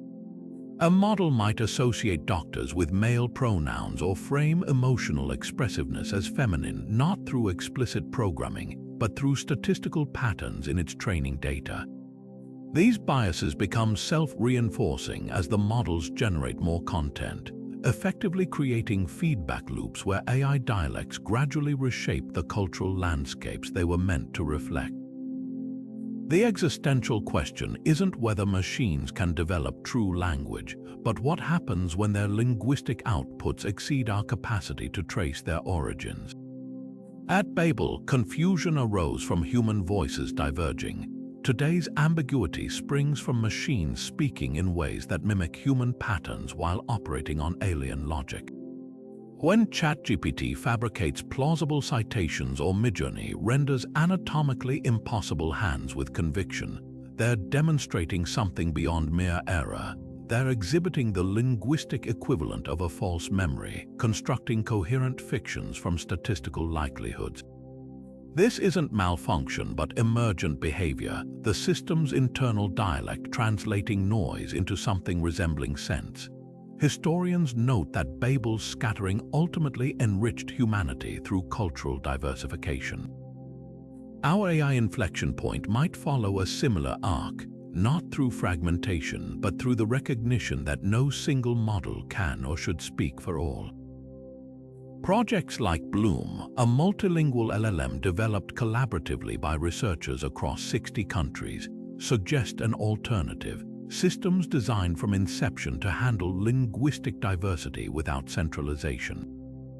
Like the post-Babel world where translation became an act of bridge building, the future may belong to polyglot AIs that preserve local meaning instead of flattening it into uniform outputs. The lesson isn't to halt progress, but to build towers with rooms enough for every dialect, human and machine alike. Babel's collapse offers a blueprint for governance that modern regulators have tragically ignored, one where progress isn't measured by unchecked acceleration, but by thoughtful restraint. When divine intervention scattered the builders, it wasn't merely punishment. It was the original speed bump, a forced deceleration preventing runaway ambition from breaching cosmic boundaries. Today's AI race desperately needs analogous safeguards not to stifle innovation, but to prevent it from outpacing our wisdom. The current laissez-faire approach treats ethical concerns like minor road hazards when they're actually cliff edges disguised as open highway. Consider the stark contrast between ancient and modern oversight. Babel's intervention created immediate friction. Workers who once seamlessly coordinated now struggle to pass a brick. Compare that to today's toothless AI ethics boards, where recommendations about bias audits or transparency vanish into corporate footnotes. The European Union's AI Act, while groundbreaking, still allows 12 to 24-month grace periods for compliance, an eternity in tech time. It's as if God had given Babel's builders a decade to voluntarily dismantle their tower while they kept stacking bricks skyward. Voluntary guidelines are meaningless when Elon Musk's XAI and Meta's Llama compete to release ever larger models, treating safety checks like optional accessories. The pharmaceutical industry provides a counterexample of effective speed bumps. Before a new drug reaches consumers, it endures years of clinical trials, peer reviews, and phased approvals, a stark contrast to AI labs deploying barely tested models to millions overnight. When OpenAI released ChatGPT, its propensity for fabricating facts and amplifying biases wasn't some unforeseeable glitch.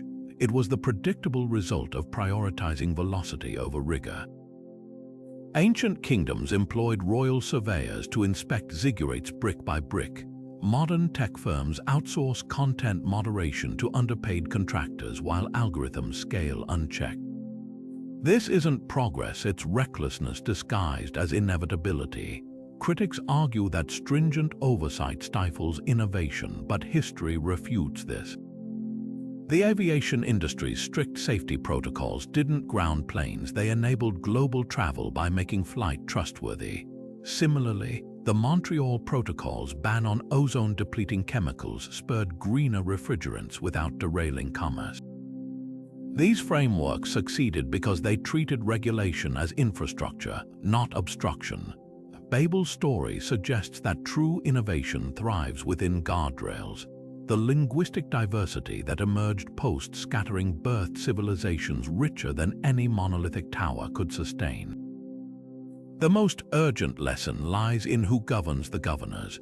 Babel's elites likely dictated construction timelines without consulting laborers or neighboring cities, a top-down model mirrored by today's closed-door AI summits. When the White House gathers tech CEOs for voluntary safety pledges, it's repeating the builder's mistake, concentrating power among those least incentivized to slow their own ascent. Alternative models exist. Iceland's crowdsourced constitution proved ordinary citizens can craft sophisticated governance, while Taiwan's digital democracy platform allows real-time public input on tech legislation. These approaches align with Babel's deeper message that dispersion of power isn't weakness but resilience. Implementing effective speed bumps requires rethinking timescales. Mesopotamian architects measured projects in generations, not quarterly earnings. Modern AI's breakneck evolution demands similar long-termism like Sweden's nuclear waste policy, which plans for 100,000 years of containment. Proposed measures like compute caps could limit training runs to sustainable levels, while algorithmic impact statements might forecast societal effects as rigorously as environmental reviews assess ecosystems. Such mechanisms wouldn't halt progress, they'd anchor it to human values rather than shareholder pressures. The ultimate test of any regulatory framework is whether it prevents harm without extinguishing creativity. Post-Babel humanity didn't abandon building. It redirected energy toward cathedrals, aqueducts, and library structures that elevated society without pretending to conquer the heavens. Our AI governance must aspire to similar balance, curbing the frantic race to godlike intelligence while nurturing tools that heal, educate, and connect.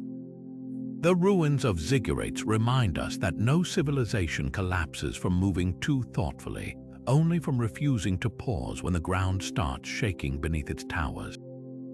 We carry fragments of Babel in our pockets every day, not in the form of clay bricks, but slender glass rectangles pulsing with algorithmic whispers.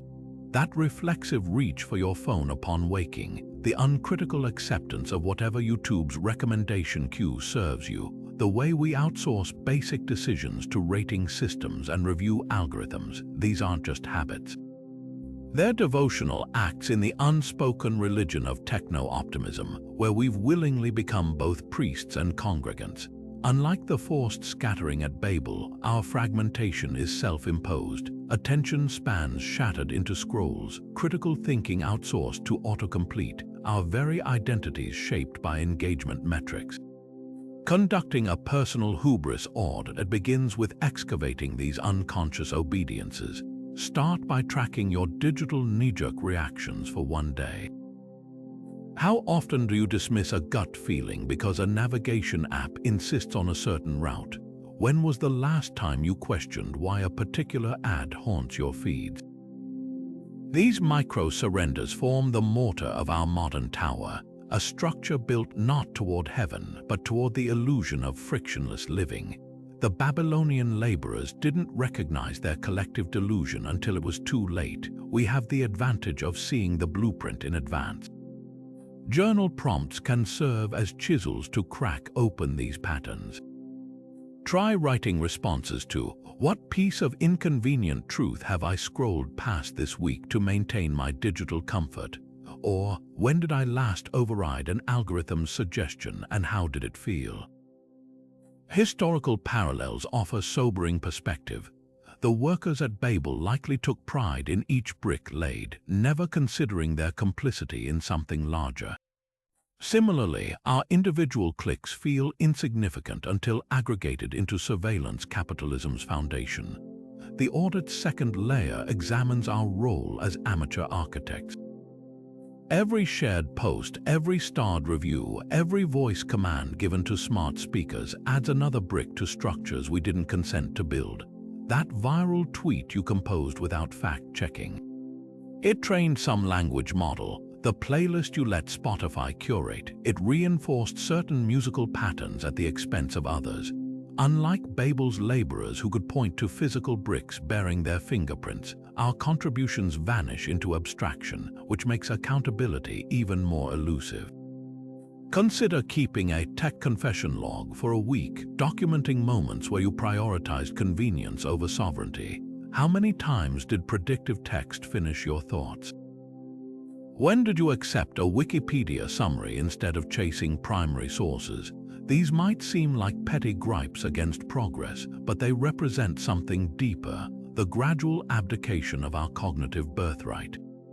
The builders of Babel abandoned vernacular architecture for monolithic uniformity. We're doing the same by conforming our behaviors to algorithmic expectations. The most uncomfortable reflection comes last, mapping what you've sacrificed at technology's altar. That notification-induced dopamine hit you crave. It traded depth for immediacy, the frictionless shopping experience you enjoy. It cost someone's day to privacy halfway across the world. Babel's ruin reminds us that no civilization constructs its own undoing overnight. It happens brick by unquestioned brick. Our personal audits might reveal similar slow erosions. Perhaps you've stopped memorizing phone numbers because contacts exist, or you no longer navigate cities without digital wayfinding. This isn't about naive rejection of tools, but recalibrating our relationship with them. Ancient scribes who survived Babel's collapse didn't abandon writing, they adapted it to new linguistic realities. Our task is parallel: to use technology without being used by it. Try a weekly analog Sabbath where decisions emerge from intuition rather than apps, or experiment with algorithmic fasting, periods where you consciously break filter bubbles by seeking contradictory viewpoints. The goal isn't purity but awareness, recognizing when you're building someone else's tower rather than your own life. What makes this audit transformative isn't guilt over past actions, but empowerment for future ones. Every time you pause before clicking agree to murky terms of service, every instance you cross-check an AI-generated summary, you're performing a miniature linguistic miracle, reclaiming the very faculty Babel's builders lost. The tower fell because they couldn't understand each other. Our salvation lies in learning to understand ourselves amidst the digital noise. After the scattering at Babel, humanity carried its linguistic fractures for generations until another momentous day reshaped the narrative. The Christian feast of Pentecost offers a striking contrast to Babel's story. Where divine intervention once confused tongues as judgment, it now empowered understanding as a gift. Acts chapter 2 describes a miraculous reversal. People from every nation hearing the apostles speak in their native languages simultaneously. This wasn't uniformity. The crowd didn't suddenly start speaking Hebrew. It was unity in diversity, comprehension without erasure. The theological implications are profound, but so are the technological ones. Pentecost presents a vision where communication transcends barriers while preserving identity, a model for how artificial intelligence might facilitate connection without replicating Babel's centralization blunders. Modern machine translation already provides glimpses of this possibility. Consider the nomadic Fulani herders in West Africa, who use smartphone apps to negotiate cattle prices across language barriers while maintaining distinct cultural idioms. Or the Sami people of Northern Europe, who employ AI-powered tools to digitize their endangered Uralic languages without conforming to dominant Scandinavian speech patterns. These examples reject the old colonial model where technology served as a homogenizing force, the equivalent of forcing everyone to speak Babylonian. Instead, they demonstrate how algorithms can become bridges rather than bulldozers, amplifying marginalized voices instead of drowning them out. The key distinction lies in design philosophy. Traditional AI development often mirrors Babel's top-down approach, training massive models on aggregated data that privilege dominant languages and perspectives. But experiments like Facebook's No Language Left Behind initiative point toward an alternative. By building smaller, specialized models for under-resourced dialects first, then linking them through meta-learning frameworks, researchers create systems where Yoruba carries equal weight to English in the neural architecture. It's Pentecost in digital form, many tongues coexisting, with none required to conform to a central standard. This approach also resists the dangerous allure of universal languages, whether the constructed Esperanto of the early 20th century or the tech industry's push for English-dominant AI. Historians note how imposed linguistic unity often masks cultural domination, from Rome's Latin edicts to British colonial education policies. The Pentecost model suggests a better path, one where technology facilitates mutual comprehension while guarding against assimilation.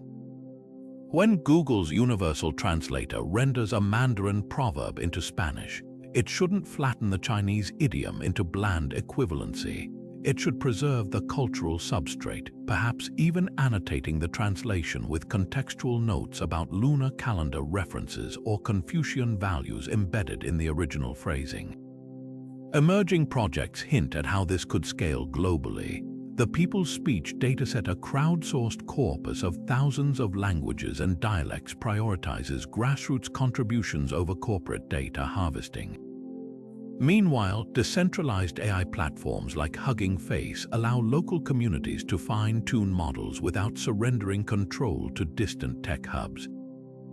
These initiatives embody Pentecost's decentralized spirit, where understanding flows laterally across networks rather than trickling down from centralized authorities. There's profound theological resonance in this contrast. Babel's scattering was a divine no to coercive unity, while Pentecost's linguistic miracle was a divine yes to organic connection. Translated into technological terms, this suggests that ethical AI shouldn't aim for monolithic superintelligence, a digital Babylon looming over all human thought, but rather for fluid, adaptable systems that honor what linguists call equilingualism, the principle that all languages encode unique ways of knowing. When an algorithm helps a Quechua elder in Peru document oral histories and a grad student in Tokyo studies them without either abandoning their native syntax, that's Pentecost made tangible. The test case may lie in conflict zones. Imagine AI mediators that don't impose outside frameworks, but help opposing groups communicate through their own cultural lexicons. A tool parsing both Hebrew and Arabic could highlight shared Semitic linguistic roots during negotiations, subtly reinforcing common heritage. Similarly, algorithms analyzing Ukrainian and Russian discourse might identify nuanced emotional subtexts lost in traditional translation, not to manipulate but to deepen mutual understanding. This isn't fantasy. Prototype systems already assist diplomats at the United Nations by detecting unspoken consensus points across multilingual debates. What makes the Pentecost paradigm revolutionary isn't just its technical approach, but its underlying anthropology. Babel assumed unity required uniformity. Pentecost revealed that true connection thrives on diversity. As we stand at another crossroads of human collaboration, this time with algorithms as both tools and potential tyrants, the choice remains stark. Will we build systems that demand everyone ascend to a single towering standard, or ones that meet humanity at its countless points of need, translating without trampling, connecting without conquering? The ruins of ancient ziggurats warn against one path. The enduring legacy of that upper room in Jerusalem illuminates the other. Our machines won't humanize us, but they might help us hear each other again. The story of Babel doesn't end with its collapse. It's an invitation to build differently. Right now, we're stacking the bricks of our digital tower, but unlike the ancient builders, we still have time to choose humility over hubris. That starts with action, not just awe. Supporting organizations like the Algorithmic Justice League or the Distributed AI Research Institute puts muscle behind ethical AI development. These groups don't just critique, they pioneer concrete alternatives, like audit tools to detect bias in hiring algorithms or frameworks for community-led AI governance. Clickable links to their work belong in the description below, but the real power lies in your engagement. Donate if you can, volunteer your skills, or simply amplify their research. This isn't charity, it's collective self-defense against a future where power concentrates in too few hands. Transparency demands more than passive hope, it requires vocal insistence. When tech giants claim their models are too complex to explain, respond with the same skepticism you'd give a contractor hiding flaws in a foundation.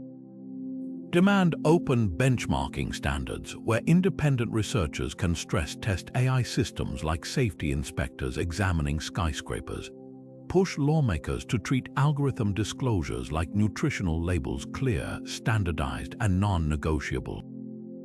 Start small. Next time an app asks for permissions, ask yourself what you're trading for convenience. Better yet, email companies requesting plain language explanations of how your data trains their models. These micro-actions forge habits of accountability, turning users into watchdogs. Most crucially, nurture what algorithms can't replicate: the messy, magnificent humanity Babel's builders forgot to value. Spend time mastering skills that resist automation. Nuanced negotiation, creative improvisation, the kind of deep listening that detects unspoken fears. Support educators who prioritize critical thinking over standardized testing, and patronize artists whose work defies algorithmic categorization. When you meet someone whose job was optimized away by AI, don't just lament, commission their human talents directly. Hire a local playwright instead of binge-watching AI-generated scripts, or book a flesh and blood tutor rather than defaulting to ChatGPT. These choices rebuild the connective tissue technology often erodes. The ziggurats of Mesopotamia lie in ruins, but their lesson endures. Civilizations thrive when they balance ambition with wisdom. Our AI crossroads offers a rare chance to course-correct mid-construction. Share this video with someone who sees technology as inevitable rather than intentional. Subscribe for deeper dives into how ancient wisdom informs modern dilemmas. But beyond clicks and shares, make today the day you add your voice to shaping what's built next, because the most dangerous myth isn't that machines will surpass us, but that we're powerless to guide their rise. The tower doesn't have to fall this time. We can choose to build something that elevates without overshadowing, connects without controlling. The blueprint for that future starts with your choices right now. Picture this, the crumbling steps of an ancient ziggurat, its baked bricks weathered by 4,000 years of wind, standing stark against the blinking blue lights of a modern server farm. The parallel is almost too perfect, two monuments to human ambition, separated by millennia but united by the same dangerous assumption that our creations will inevitably elevate us. The Tower of Babel's ruins aren't just archaeological curiosities, they're geological layers of a warning pressed into the earth like fossilized caution signs. And those humming data centers, they're the same story written in silicon instead of clay. This isn't about rejecting progress. The ziggurats of Mesopotamia were marvels of their age, proof that humans could organize, innovate, and literally reshape their world. Modern AI deserves the same awe. The algorithms diagnosing diseases, translating endangered languages, and modeling climate solutions represent humanity at its most brilliantly ambitious. But Babel's lesson was never, don't build. It was, remember why you're building. The moment those Babylonian engineers started viewing their tower as a conquest rather than an offering, they crossed from ingenuity into idolatry. We teeter on the same precipice when we treat artificial intelligence as an end in itself rather than a tool for collective flourishing. Between these two images, the ruined tower and the glowing servers, lies the critical choice. Will we repeat the ancient pattern of overreach, pouring our genius into systems so centralized they become single points of failure? Or will we disperse that intelligence like post-Babel humanity dispersed their languages, creating an ecosystem where no single algorithm holds dominion? The answer might lie in the spaces between these monuments. Consider Wikipedia, a structure built collectively across hundreds of languages, its flaws openly debated and corrected. Or the open-source AI movements training models on solar-powered laptops in rural communities, proving you don't need a billion-dollar data center to participate in the future. True progress doesn't mean stopping the tower's construction, it means building guardrails into its design. When engineers in Tokyo earthquake-proof skyscrapers with flexible foundations, they acknowledge nature's power rather than defy it. Our AI systems need similar humility. That means embedding ethics not as afterthoughts but as load-bearing beams. It requires valuing transparency as highly as capability, and measuring success not just by what our creations can do but by who they empower. The ziggurats collapsed because their builders confused altitude with achievement. Our servers won't physically crumble, but they could fail in ways far more catastrophic, not from lack of genius but from surplus of hubris. So as the camera pulls back on these two monuments, ancient and modern, the question lingers like desert dust after a sandstorm. Will we build towers or bridges? Towers that reach for some imagined zenith of control, only to scatter us once more into confusion. Or bridges messy, imperfect, glorious spans that connect without demanding uniformity, that elevate without erasing the ground beneath our feet. The ruins of Babel whisper their answer across the centuries, but it's our hands on the keyboard, our choices in the code. The next chapter isn't written in clay or silicon, but in the fragile, formidable stuff of human intention.